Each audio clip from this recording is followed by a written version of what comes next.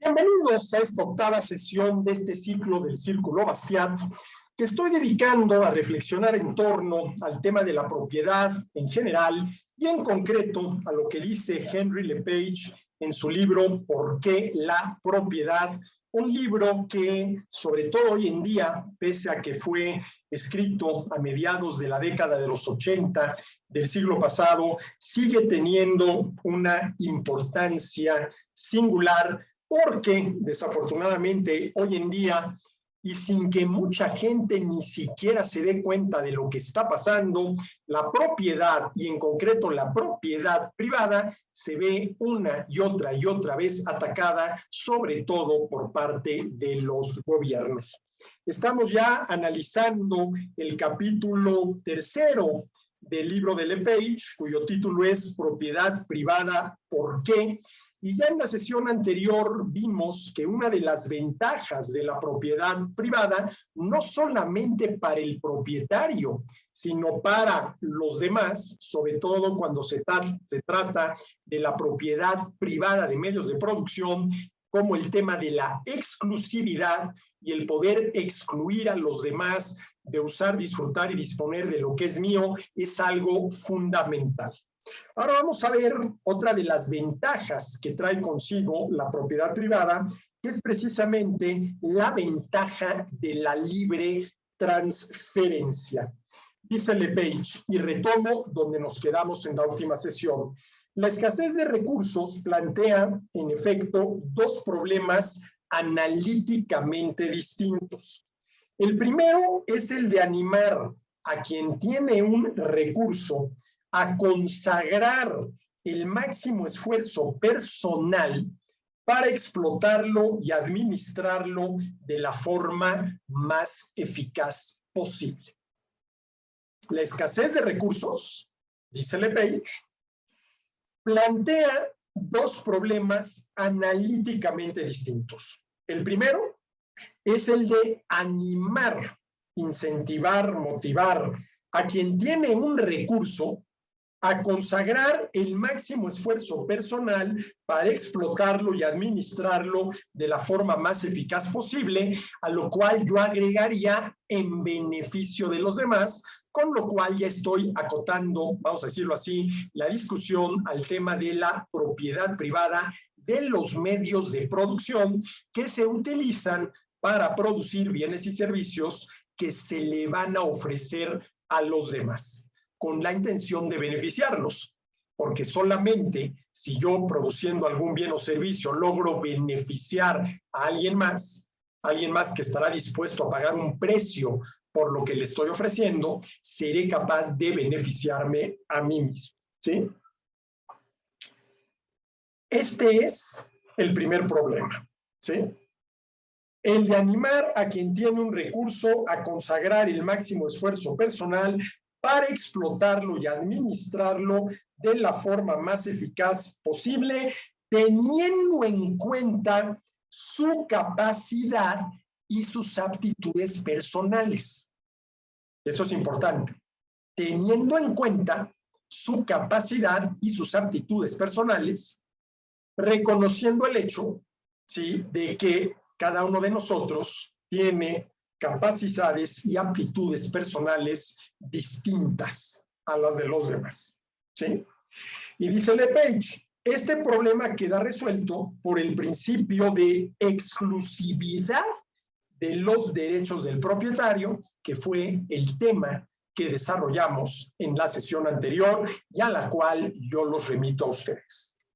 El segundo, ¿sí?, el segundo problema analítico relacionado con el tema de la propiedad privada es conseguir que el control de los recursos se oriente preferentemente hacia los que están en condiciones de hacer mejor uso de ellos.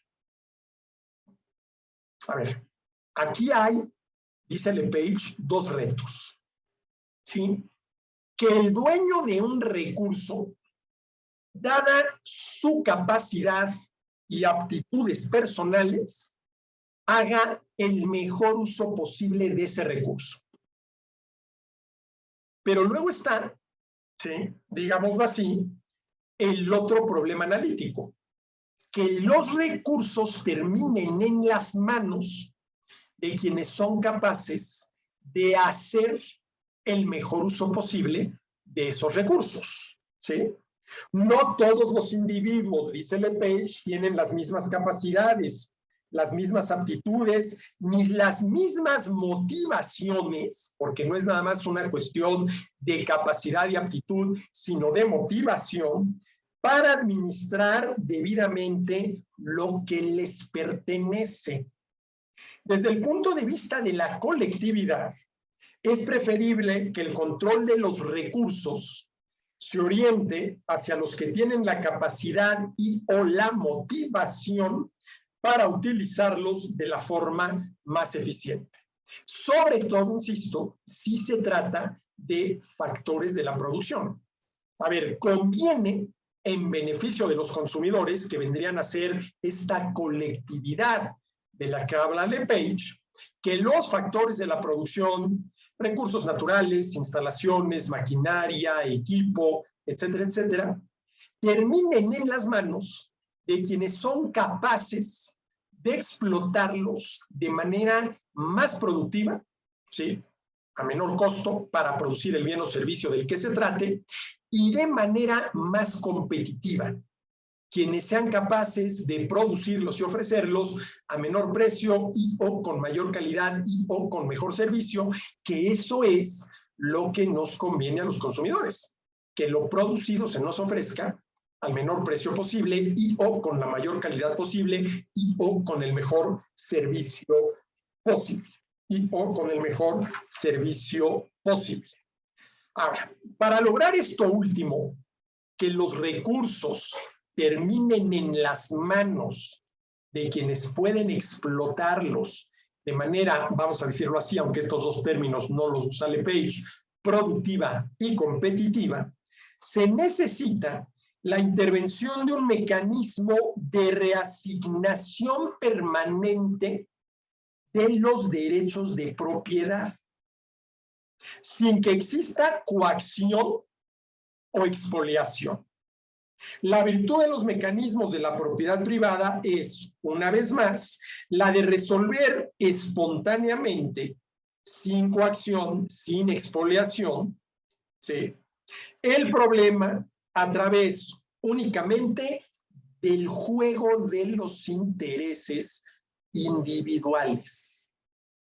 El instrumento para conseguirlo es el principio de libre transferencia de los derechos de propiedad y, por lo tanto, de las propiedades. Vamos a suponer que determinados factores de la producción, unas instalaciones, maquinaria y equipo, no son propiedad de quien puede explotarlos de manera más productiva y competitiva en beneficio de los consumidores. Consumidores a quienes les conviene que esos medios de producción cambien de manos y dejen de ser propiedad de quien no es capaz de explotarlos de la mejor manera posible en términos de productividad y competitividad, y pasen a ser propiedad de quien sí sea capaz de explotarlos de manera más productiva y competitiva, insisto, en beneficio de los consumidores. Bueno, ¿cuál es la manera justa y eficaz de llevar a cabo esa transferencia de factores de la producción? Bueno, uno podría ser, pero no sería ni justa ni eficaz, por medio de, vamos a decirlo así, una expoliación legal. El gobierno expropia esos factores de la producción y se los asigna a alguien más. Pero eso es una expoliación legal. Es un robo con todas las de la ley. O por medio de la coacción, que no necesariamente tiene que ser ejercida por el gobierno, sino por un grupo de ampones que simple y sencillamente, coaccionando, obligan al dueño de esos factores de la producción a entregárselos a alguien más. Pero esto no es ni justo ni eficaz. ¿Qué es lo justo y lo eficaz? El intercambio. Preguntar cuánto quieres a cambio de esos factores de la producción que hoy son de tu propiedad y sobre los cuales tú tienes el derecho de propiedad, pero que no estás utilizando tan eficazmente como yo podría utilizarlos. ¿Cuánto quieres? ¿Cuál es el precio al cual estás dispuesto a vender? Y esto, sí, expresado aquí en una pregunta, ¿cuál es el precio al cual estás dispuesto a vender? Es lo que LePage llama el principio de la libre transferencia. Y luego pone un ejemplo que voy a compartir con ustedes para que esto quede más claro. Dice, imaginemos que heredo una propiedad agrícola en un lugar del sudoeste de Francia y que, harto de París, decido transformarme en un agricultor. Al no tener ningún conocimiento de este oficio, me convertiré sin duda en un mal agricultor. ¿Sí? De las fanegas de tierra que poseo, apenas sacaré para vivir decentemente. Es decir, no soy capaz, porque no tengo los conocimientos, no tengo las habilidades necesarias para ello, de explotar de la mejor manera posible esas tierras, ¿sí?, que he heredado, ¿sí? Al no tener ningún conocimiento de este oficio, me convertiré sin duda en un mal agricultor. De las fanegas de tierra que poseo, apenas sacaré para vivir decentemente. En cambio, tengo un vecino que es el mejor agricultor del lugar. Tengo un vecino que es el mejor agricultor del lugar, que tiene conocimientos y habilidades que le permiten explotar la tierra, ¿sí?, de manera mucho más productiva y competitiva de lo que yo lo hago por no tener esos conocimientos y esas habilidades. Si este vecino mío pudiera apropiarse de mis tierras, no hay duda de que sacaría un rendimiento mucho mayor del que yo obtengo, porque tiene más conocimientos y tiene mejores habilidades, ¿sí? Aumentando la productividad de su propio campo gracias a una mejor utilización del material y de los equipos. Me propone comprarme mi propiedad. ¿A qué precio? Ese es el tema. A ver, ¿a qué precio estás tú dispuesto a venderme tu propiedad? ¿Sí? Personalmente, yo no tengo ningún interés en vender si el precio que se me propone es inferior al valor económico presente que tiene para mí mi propiedad. Es decir, si el precio es inferior a la suma actualizada, traída a valor presente, de los ingresos futuros que yo espero obtener dirigiendo personalmente la explotación. Por el contrario, mi comprador no puede ofrecer un precio superior, ¿sí?, a la suma actualizada de los ingresos futuros suplementarios que él espera obtener gracias a su adquisición.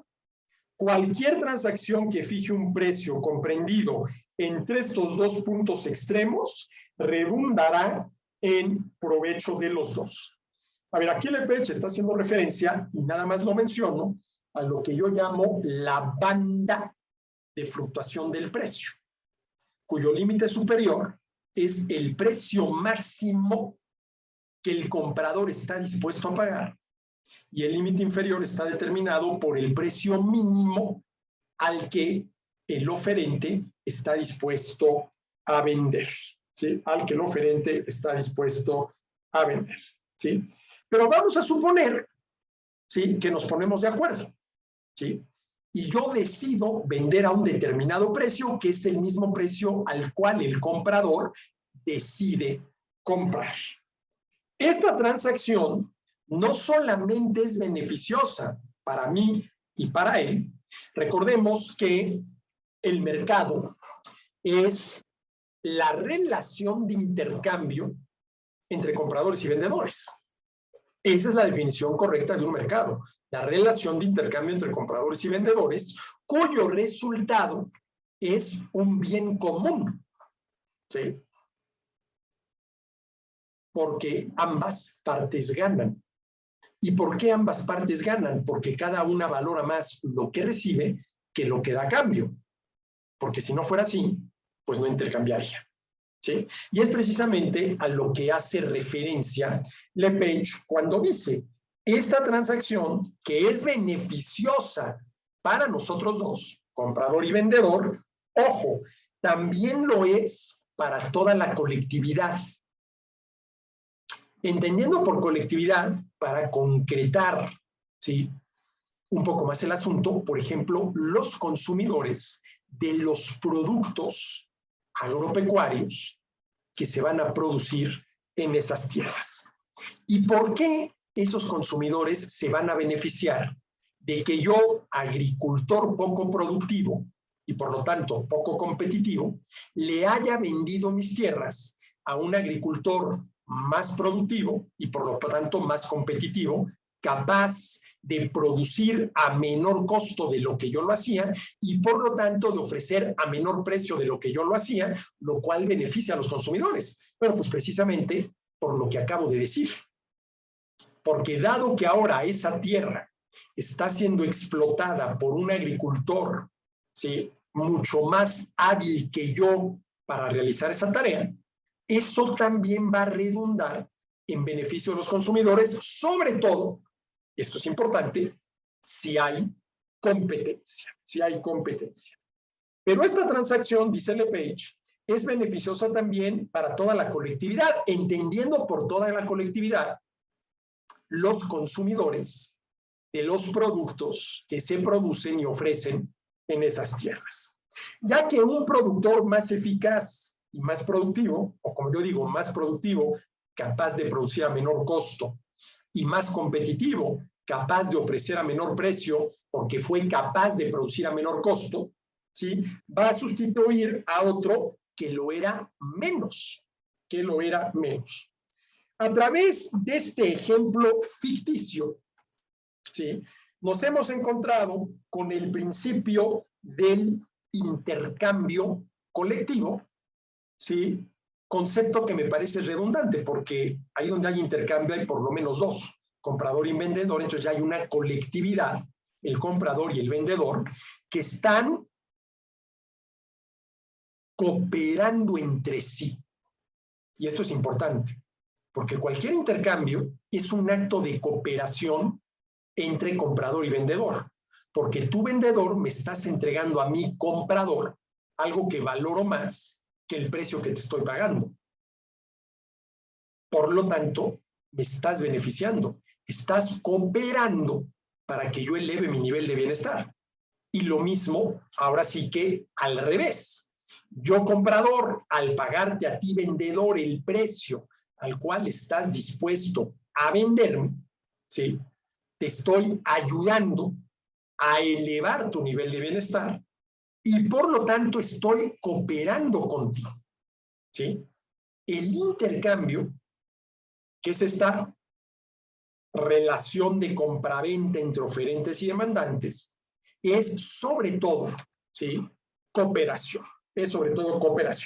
Entonces, dice LePage, a través de este ejemplo ficticio, nos hemos encontrado con el principio del intercambio colectivo, base de toda la teoría económica del mercado. Sobre todo, partiendo del hecho, porque este es un hecho, esto no es una teoría ni nada que se le parezca, es un hecho de que el mercado es la relación de intercambio entre compradores y vendedores, ¿sí? Bueno. Dice LePage, el principio de libre transferencia de los títulos de propiedad contribuye a mejorar la eficacia económica, a elevar la productividad, a elevar la competitividad, a elevar la productividad en la producción de bienes y servicios y elevar la competitividad en la oferta de esos bienes y servicios, ¿sí? Y permite que cada uno pueda vivir mejor. Y claro, a ver, todo esto de lo que estamos hablando, ¿sí?, de como le llama LePage, el principio de la libre transferencia, ¿sí?, del intercambio, porque, a ver, todo intercambio o es voluntariamente aceptado por las partes involucradas, que son el comprador y el vendedor, o estrictamente hablando no es intercambio. Si yo a usted le pongo una pistola en la cabeza para que me venda algo, pues quiere decir que si no fuera por esa coacción no estaría dispuesto a vendérmelo, ¿sí? Y eso es un robo muy sui generis, ¿no? ¿Sí? Te obligo a punta de pistola a que me vendas algo. Es un robo muy sui generis, ¿sí? O también, si a punta de pistola te obligo a que me compres algo, pues también es un robo muy sui generis. El intercambio entre compradores y vendedores supone la voluntariedad de las partes. Es esto que Lepage llama el principio de libre transferencia. El principio de libre transferencia, ¿sí? Que pues no es otra cosa más que una de las maneras, ¿sí?, en las cuales uno puede disponer de lo que es de uno. A ver, el derecho de propiedad, vamos a decirlo así, el derecho de propiedad privada es el derecho a la libertad individual para usar, disfrutar y disponer de lo que es de uno como a uno más le convenga. Y una de las maneras que tenemos de disponer de lo que es nuestro es ofreciéndolo a la venta. Esa es una de las maneras que tenemos de disponer de lo que es de uno. Pero cuando yo ofrezco algo a la venta, estrictamente hablando, estoy ofreciendo entregar a quien esté dispuesto a pagarme el precio al cual yo estoy dispuesto a vender dos cosas. Y esto tiene que ver con la dimensión económica y con la dimensión legal del intercambio.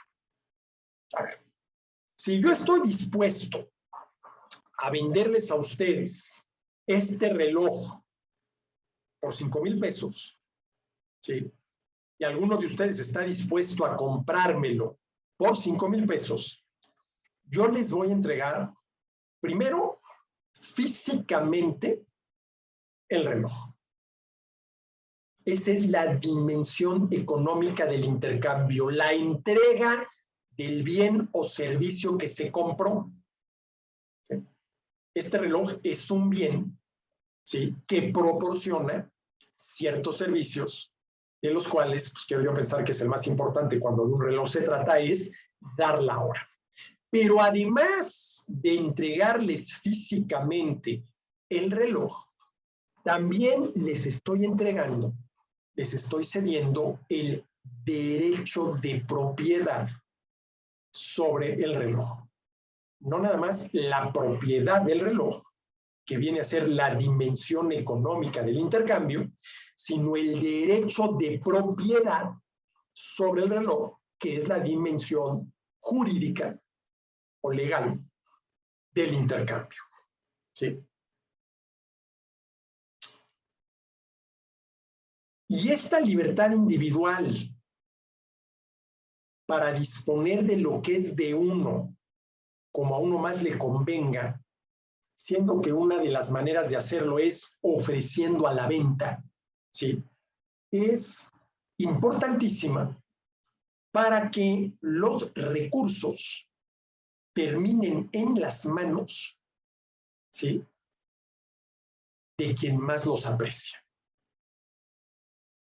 Y si se trata de factores de la producción, terminen en las manos del productor, ¿sí?, más productivo, capaz de producir al menor costo posible y, por lo tanto, convertirse en el oferente más competitivo, capaz de ofrecer al menor precio posible en beneficio de los consumidores. Pues a ver, hasta aquí, ¿sí?, sintetizando lo que nos viene diciendo Lepage en este segundo capítulo, en este tercer capítulo de su libro, tenemos lo siguiente. Dice, a ver, la escasez de recursos, no todo alcanza para todos, menos en las cantidades que cada uno quisiera y mucho menos gratis. Plantea dos problemas analíticamente distintos. El primero es el de animar, incentivar, motivar a quien tiene un recurso a consagrar el máximo esfuerzo personal para explotarlo y administrarlo de la forma más eficaz posible, ojo, teniendo en cuenta su capacidad y sus aptitudes personales, capacidad y aptitudes personales que podrán no ser las mejores para explotar esos recursos de la manera más productiva y más competitiva. Este problema queda resuelto por el principio de la exclusividad de los derechos de propiedad, que, insisto, es el tema que tratamos en la sesión anterior. El segundo problema analítico es conseguir que el control de los recursos se oriente preferentemente hacia los que están en condiciones de hacer el mejor uso de ellos. Y aquí viene todo este ejemplo de la persona que, viviendo en París, supongo yo que siendo un oficinista de toda la vida, de pronto hereda unos terrenos en el campo a las afueras de París, y se decide ir a vivir allá y volverse un agricultor y todo lo que ya contamos, ¿sí? Y dice, para lograr esto último, que los recursos terminen en las manos de quien es capaz de utilizarlos de manera más productiva y competitiva, ¿sí? Se requiere la intervención de un mecanismo de reasignación permanente de los derechos de propiedad, sin que exista coacción o expoliación.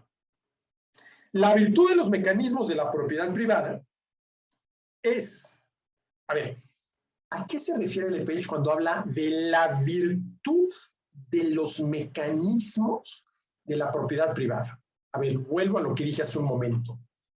El derecho de propiedad privada es el derecho a la libertad individual, vean ustedes la relación propiedad privada, libertad individual, para usar, disfrutar y disponer de lo que es de uno, como uno crea más conveniente, siempre y cuando al hacerlo no viole derechos de terceros. Y una de las maneras de disponer de lo que es de uno es ofreciéndolo a la venta. Y este ofrecer a la venta es uno de lo que Lepage llama mecanismos de la propiedad privada. Que más que mecanismos de la propiedad privada, son derechos, ¿sí?, inherentes a la propiedad privada. Porque si algo es verdaderamente mío, entre las distintas maneras que tiene, digámoslo así, de desplegarse el derecho de propiedad, está el derecho a ofrecer a la venta lo que es mío. A ver, si este reloj verdaderamente es mío, y lo es, ¿sí? Eso quiere decir que entre muchos otros derechos que son derivaciones del derecho de propiedad, está el derecho a la libertad para ofrecerlo a la venta, si así lo creo conveniente.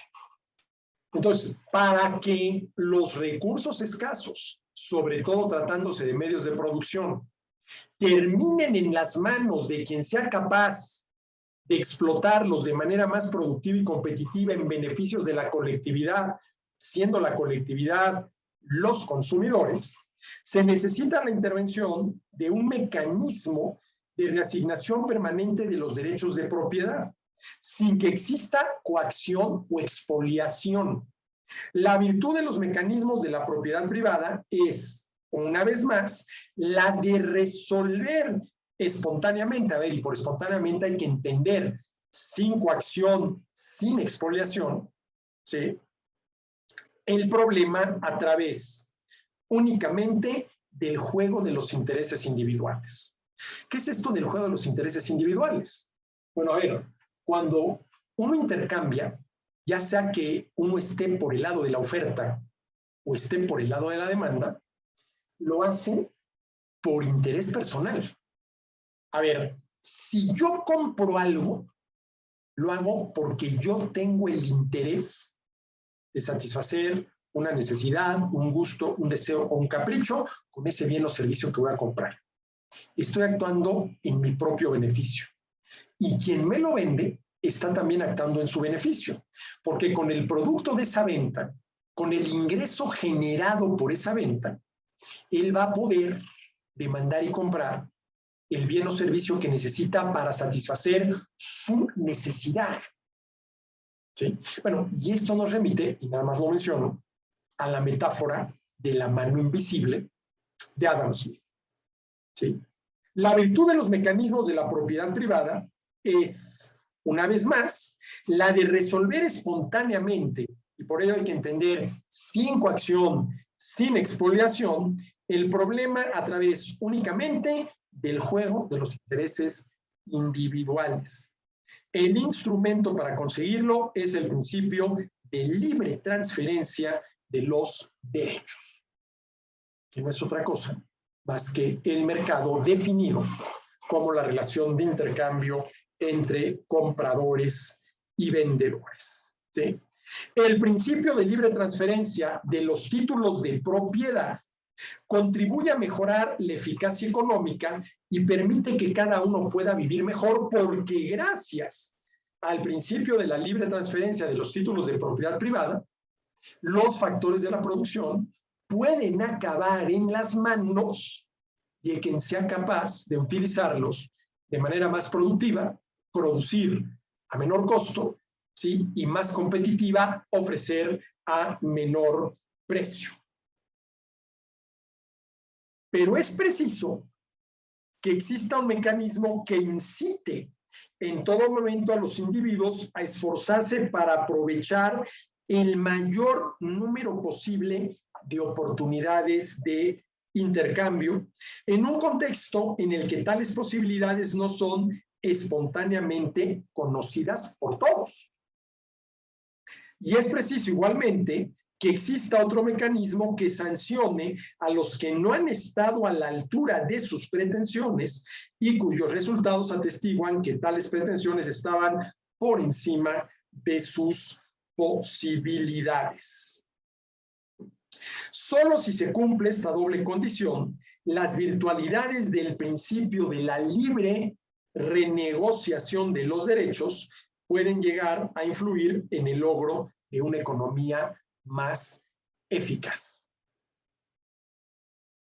Es decir, para que esto que Lepage llama el mecanismo o el principio de la libre transferencia funcione, sobre todo funcione todas las veces que debe funcionar, una de dos: las personas involucradas deben de conocer las oportunidades que hay para intercambiar.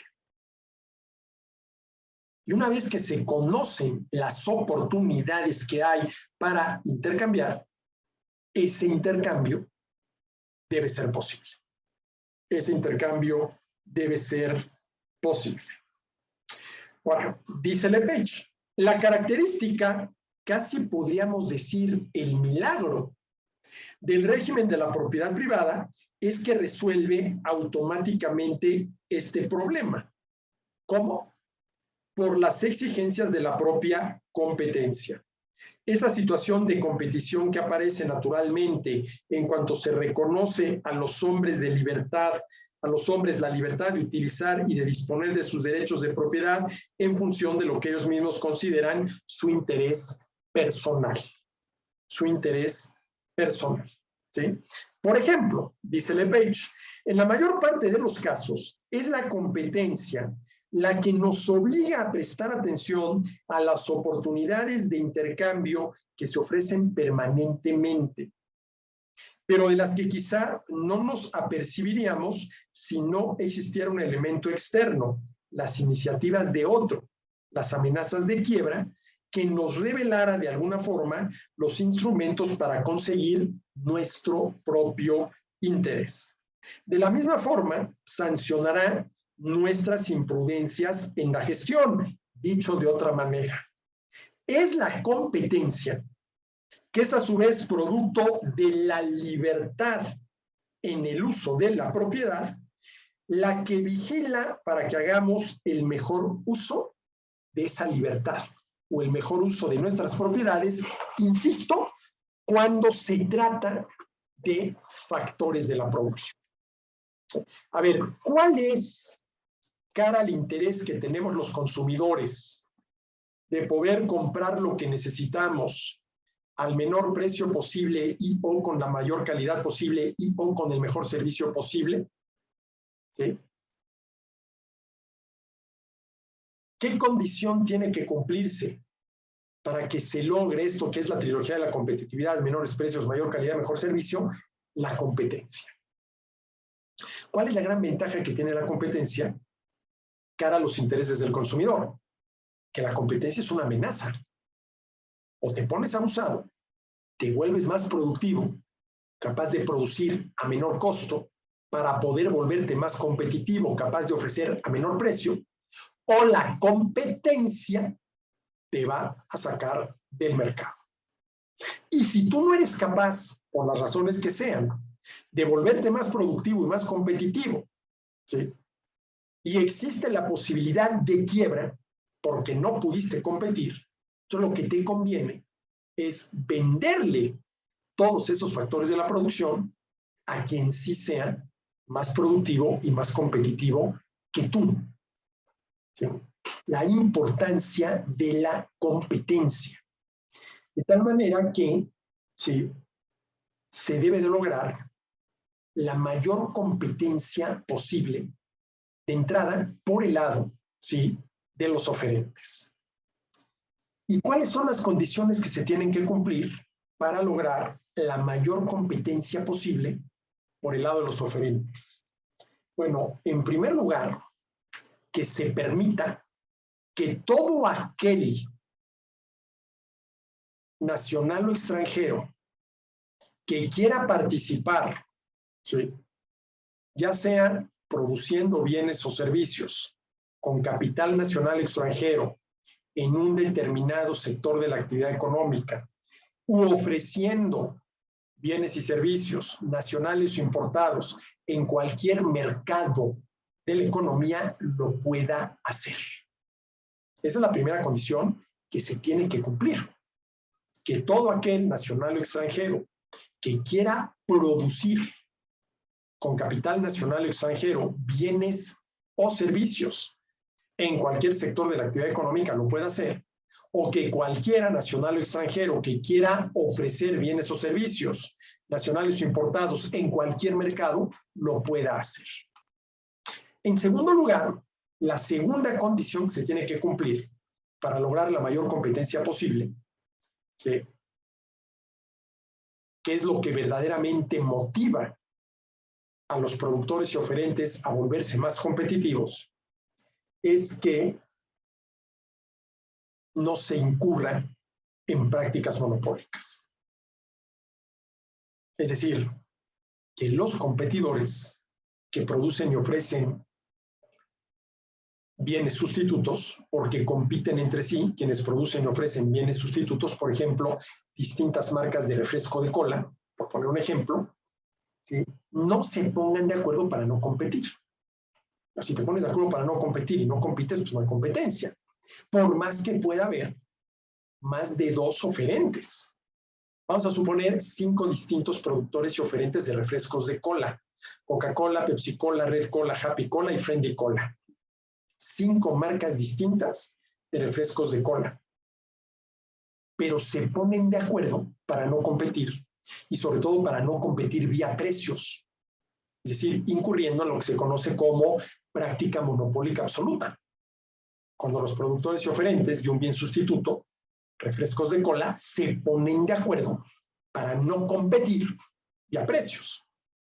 Bueno, pues que no se den ese tipo de prácticas monopólicas es una de las condiciones que se tienen que cumplir para lograr la mayor competencia posible. Ahora, este tema de las prácticas monopólicas es todo un tema, ¿sí? al cual habría que dedicarle ¿sí? un buen tiempo de análisis. Porque en muchos países, como es el caso de México, ese tipo de prácticas, las prácticas monopólicas, el acuerdo entre productores y oferentes para no competir, están prohibidas. y se castiga. Pero la pregunta es, ¿cuáles son las conductas que se deben prohibir y castigar? Las que son delictivas por su propia naturaleza. Y delictivas por su propia naturaleza son las conductas que violan derechos de terceros. Asesinar, violas el derecho a la vida; secuestrar, violas el derecho a la libertad; robar, violas el derecho a la propiedad. Pero si dos productores de refrescos de cola se ponen de acuerdo para no competir vía precio, ¿están violando el derecho de alguien?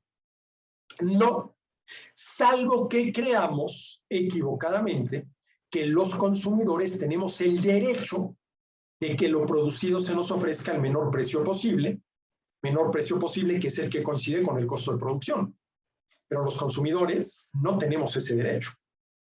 Tenemos el interés. Claro que yo tengo el interés de que todo lo que normalmente consumo se me ofrezca al menor precio posible. Y ese es el que alcanza para cubrir el costo de la producción, ¿sí? Y yo como consumidor estoy consciente de que si quiero seguir, por ejemplo, teniendo este tipo de relojes, ¿sí?, pues tengo que estar dispuesto a pagarle a quien los produce y los ofrece un precio que por lo menos le alcance a recuperar su costo de producción. Ahora, yo tengo como consumidor el interés de que lo producido se me ofrezca al menor precio posible, pero no tengo el derecho. El derecho no lo tengo. Porque si yo tuviera el derecho a que lo producido se me ofreciera al menor costo posible, el productor y el oferente tendrían la obligación de ofrecérmelo al menor costo posible, que es el que coincidiría con su costo de producción. Entonces, todo este tema de las prácticas monopólicas absolutas que deberían de estar prohibidas, y si se prohíben, entonces hay que sancionar a quien incurre en ellas, es un tema muy interesante, porque lo que estoy diciendo es que prohibir y sancionar prácticas monopólicas, por más que vayan en contra las prácticas monopólicas de los intereses de los consumidores, esas prácticas monopólicas no violan derechos de nadie y por lo tanto no deberían estar prohibidas. Pero bueno, este tema es harina de otro costal. Pero esa es la segunda condición que se tiene que cumplir para que se logre la mayor competencia posible, que no haya prácticas monopólicas, mucho menos absolutas. Y la tercera condición es que los consumidores generemos la competencia. Pongamos a competir a los distintos productores y a los distintos oferentes. A ver, vamos a suponer que hay, hasta el momento, 4 marcas de refresco de Coca-Cola. Coca-Cola, Pepsi-Cola, Happy-Cola y Red Cola. Y aparece una quinta, Friendly Cola. Bueno, pues hay que darle el beneficio de la duda. Nosotros, consumidores de refresco de cola, tendríamos que probar esta nueva marca, Friendly Cola, a ver si nos satisface. Si satisface de mejor manera nuestras necesidades, nuestros gustos, que las otras 4 marcas. Pero si nosotros, ¿sí?, a Friendly Cola, la marca que acaba de salir al mercado, no le damos el beneficio de la duda, pues no ponemos a los otros 4 a competir con la nueva marca que acaba de aparecer en el mercado. Sí, que acaba de aparecer en el mercado. Pero claro, ¿sí?, si yo tengo competencia, ¿sí?, tengo que volverme más productivo, reducir mis costos de producción para volverme más competitivo, reducir el precio al que ofrezco. ¿Sí? Y eso quiere decir que ya estoy haciendo un mejor uso de los factores de la producción de los que dispongo. Pero si no soy capaz de volverme más productivo y más competitivo, porque no tengo los conocimientos, las habilidades y todo lo que se necesita para hacerlo, entonces tal vez lo que me convendría sería vender todos esos factores de la producción a quien sí sea capaz de utilizarlos de manera más productiva y competitiva. Pero si yo no tengo esa competencia, no tengo la motivación necesaria, ni para adquirir los conocimientos y habilidades necesarios para volverme más productivo y más competitivo, o para, si no estoy dispuesto a adquirir esos conocimientos y habilidades porque ya mi edad es mucho pedir, lo que ustedes manden, vender, transferir el derecho de propiedad de mis medios de producción, de mis activos, a alguien más.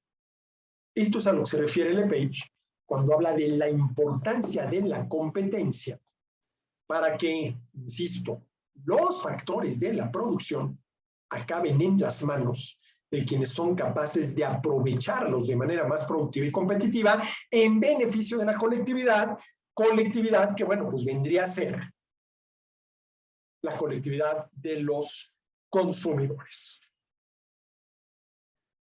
Es la competencia, que es a su vez producto de la libertad en el uso de la propiedad, la que vigila para que hagamos el mejor uso de esa libertad. Bueno. Luego nos habla Lepage de la libertad contractual y la importancia del entorno jurídico. De la libertad contractual, que tiene que ver con esa libertad individual para disponer de lo que es de uno, como a uno más le convenga, ¿sí? Siendo que una de las maneras de disponer de lo que es de uno es ofreciéndolo a la venta, con lo cual, si aparece alguien dispuesto a pagar ese precio, al final de cuentas, lo que se está estableciendo es un contrato, ¿sí?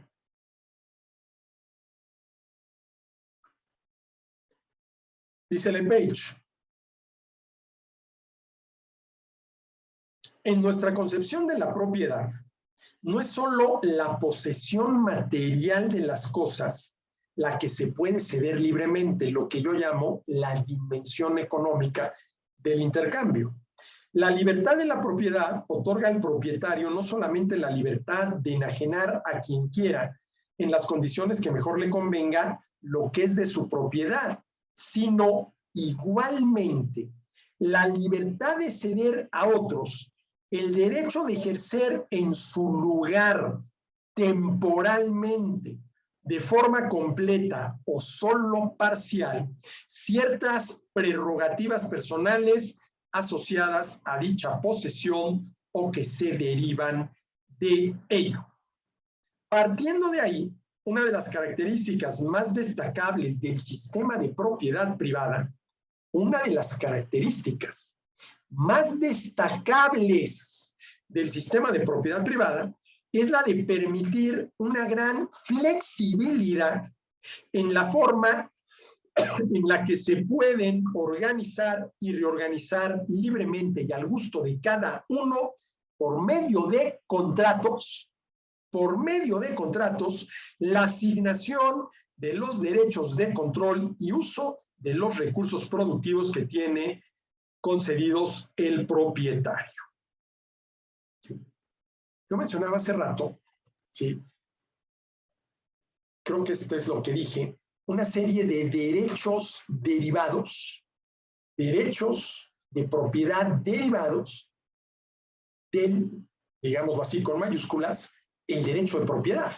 A ver, el derecho a la propiedad es el derecho a la propiedad para usar, disfrutar y disponer de lo que es de uno como a uno más le convenga, siempre y cuando al hacerlo no violes derechos de terceros. ¿Cuántas maneras hay de disponer de lo que es de uno? ¿Cuántas maneras hay de disponer de lo que es de uno? Por ejemplo, yo puedo disponer de este reloj ofreciéndoselos a ustedes a la venta. Esa es una manera de disponer de mi reloj. Pero también puedo disponer de él ofreciéndolos a ustedes no a la venta, sino en renta. En renta. ¿Sí? O puedo disponer de él, ¿sí?, prestándoselos, no rentándoselos a cambio de una determinada cantidad de dinero, sino simple y sencillamente prestándoselos durante 15 días. Hay muchas maneras de disponer de lo que es de uno, ¿sí? Y esto tiene que ver, dice Lepage, con la moderna concepción de la propiedad, que es la libertad contractual. El derecho de propiedad, dice Lepage, no es en sí mismo más que un conjunto de atributos que puede ser descompuesto en casi una infinidad de derechos elementales. En el derecho liberal, tal como se practica en Occidente, no es solamente el conjunto lo que es libremente negociable cuando haya venta pura y simple, sino también cada uno de esos derechos elementales. ¿Sí? Y vuelve al ejemplo, ¿sí?, del vecino, que es mejor agricultor, del citadino que heredó unos terrenos en el campo y se fue a vivir al campo con la intención de volverse agricultor, pero sin los conocimientos y habilidades suficientes para explotar esa tierra de la mejor manera posible. Aquí vuelve Lepage a ese ejemplo y dice, ¿sí?, si mi vecino no tiene suficiente dinero para adquirir la plena propiedad de mis terrenos, tiene ante sí otra solución: proponerme la firma de un contrato de arrendamiento, por el que le ceda, a falta de la plena y entera propiedad, el derecho a controlar la explotación de mis tierras durante un periodo de tiempo determinado a cambio del pago de una renta fijada de antemano.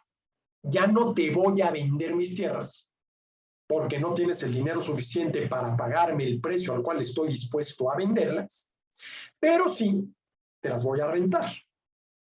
Y si tienes el dinero suficiente para pagarme la renta mensual, a cambio de la cual yo estoy dispuesto, ¿sí?, a ser tu arrendatario. Tu arrendatario, ¿sí?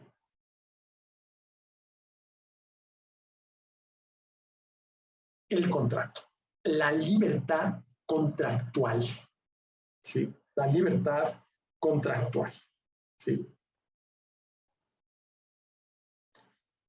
Y esta libertad contractual, y de hecho su resultado, que vendrían a ser los contratos, ¿sí?, suponen siempre un contrato y la ejecución del contrato, intercambios productivos, es decir, la transferencia parcial de ciertos atributos y de ciertas prerrogativas del derecho de propiedad privada. ¿Sí? Del derecho de propiedad privada. Y bueno, ahí puede haber tantos contratos, ¿sí?, como imaginación tengan o necesidades tengan antes que imaginación las partes, sí, contratantes, las partes contratantes. Ahora, todo esto que hemos dicho con relación, ¿sí?, a, por ejemplo, el comprador y el vendedor, o el arrendatario y el arrendador, ¿sí? Pero alrededor del comprador y el vendedor, del arrendatario y el arrendador, hay toda una colectividad formada, entre otros, por consumidores. Y con relación a esta colectividad, dice Lepage, el único interés de esa colectividad estriba en que, según las circunstancias, prevalezca aquella fórmula contractual que permita que los recursos humanos, técnicos y financieros de unos y otros queden bajo el control total o parcial de los que estén en condiciones de garantizar su mejor administración posible. ¿Sí? Y solo un régimen de libre competencia y de verdadera libertad, ¿sí?, donde la única tarea del gobierno sea garantizar el cumplimiento de los contratos, no inmiscuirse en los términos en los que el contrato está redactado, solo un régimen de libre competencia y de verdadera propiedad privada permite obtener este resultado, ¿sí? Permite obtener este resultado.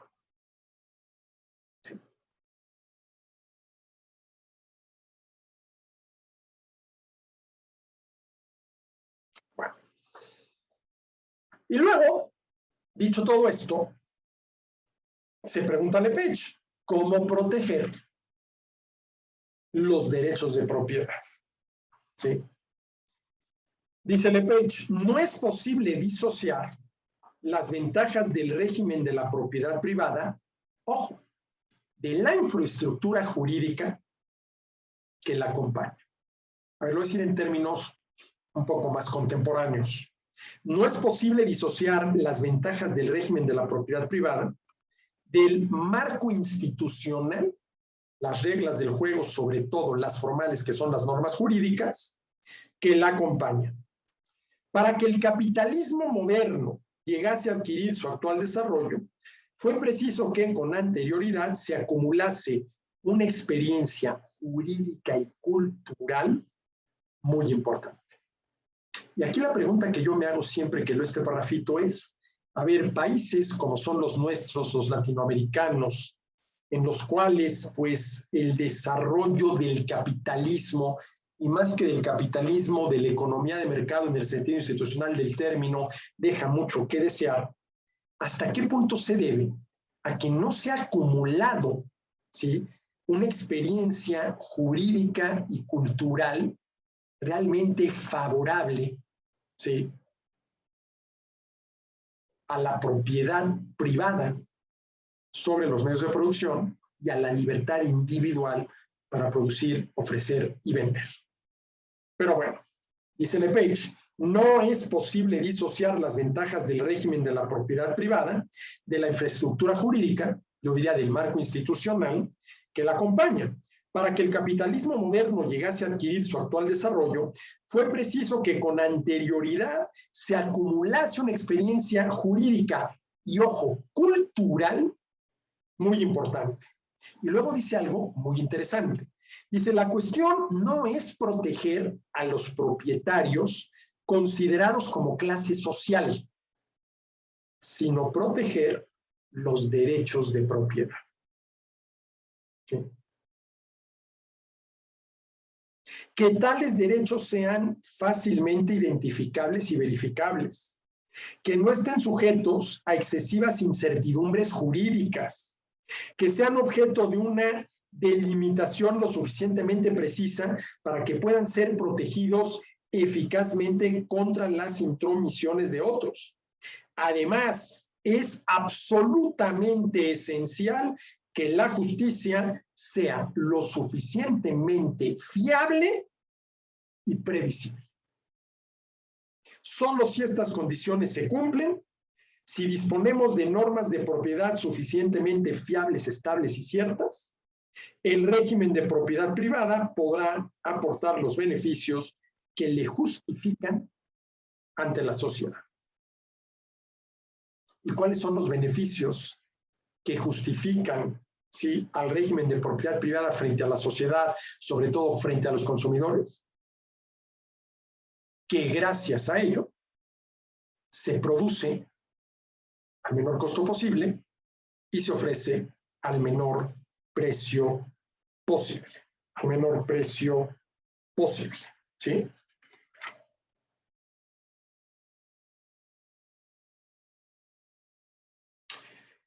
Y ya para terminar, ¿sí?, dice Lepage, la propiedad privada es pues una institución que no ha sido inventada por nadie en un momento dado. El régimen de la propiedad privada es producto de un largo proceso de evolución secular, ¿sí?, proceso de evolución secular en el cual me parece a mí que muchos países se encuentran todavía, sobre todo, por ejemplo, en Latinoamérica. ¿Sí? Proceso de evolución secular en el curso del cual los hombres, en su lucha contra la escasez, han ido descubriendo progresivamente los instrumentos culturales, económicos y jurídicos más eficaces para resolver sus problemas de vida y de supervivencia. ¿En qué medida se podría abandonar en el futuro el régimen de la propiedad privada sin correr al mismo tiempo el riesgo de condenar a nuestros herederos a volver a situaciones de penuria y de hambre de las que nosotros hemos podido salir gracias a ese mismo régimen? Repito ya para terminar la pregunta, que es la pregunta con la cual termina Lepage el capítulo 3 de su libro. ¿En qué medida se podría abandonar en el futuro? Esto fue escrito hace 40 años, a mediados de la década de los 80 del siglo XX, el régimen de la propiedad privada, sin correr al mismo tiempo el riesgo de condenar a nuestros herederos a volver a situaciones de penuria y de hambre de las que nosotros hemos podido salir gracias a ese mismo régimen.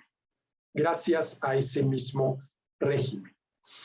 Y hablando de esto, déjenme compartir con ustedes, ¿sí?, una frase que saco de la prensa de Gustavo Petro, recientemente electo presidente de Colombia. Gustavo Petro.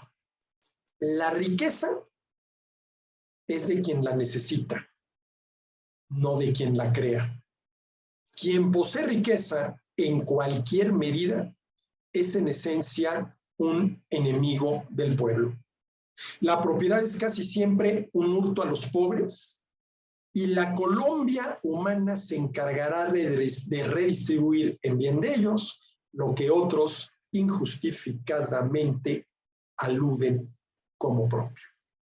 Bueno, yo creo que en estas declaraciones de Gustavo Petro, recientemente electo presidente de Colombia, podemos encontrar parte de la respuesta a la pregunta que se hace Lepage en el sentido de que en qué medida se podría abandonar en el futuro el régimen de la propiedad privada sin correr al mismo tiempo el riesgo de condenar a nuestros herederos a volver a situaciones de penuria y de hambre, de las que nosotros hemos podido salir gracias a ese mismo régimen.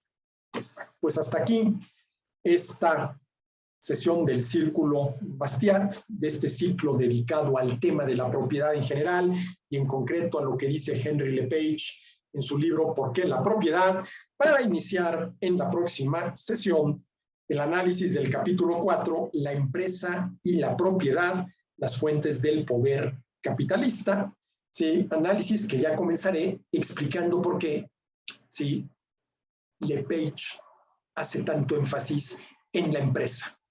Porque al final de cuentas, lo importante, lo más importante de todo, es la propiedad privada de los medios de producción. Pero bueno, esto ya lo veremos en la próxima sesión. Muchas gracias.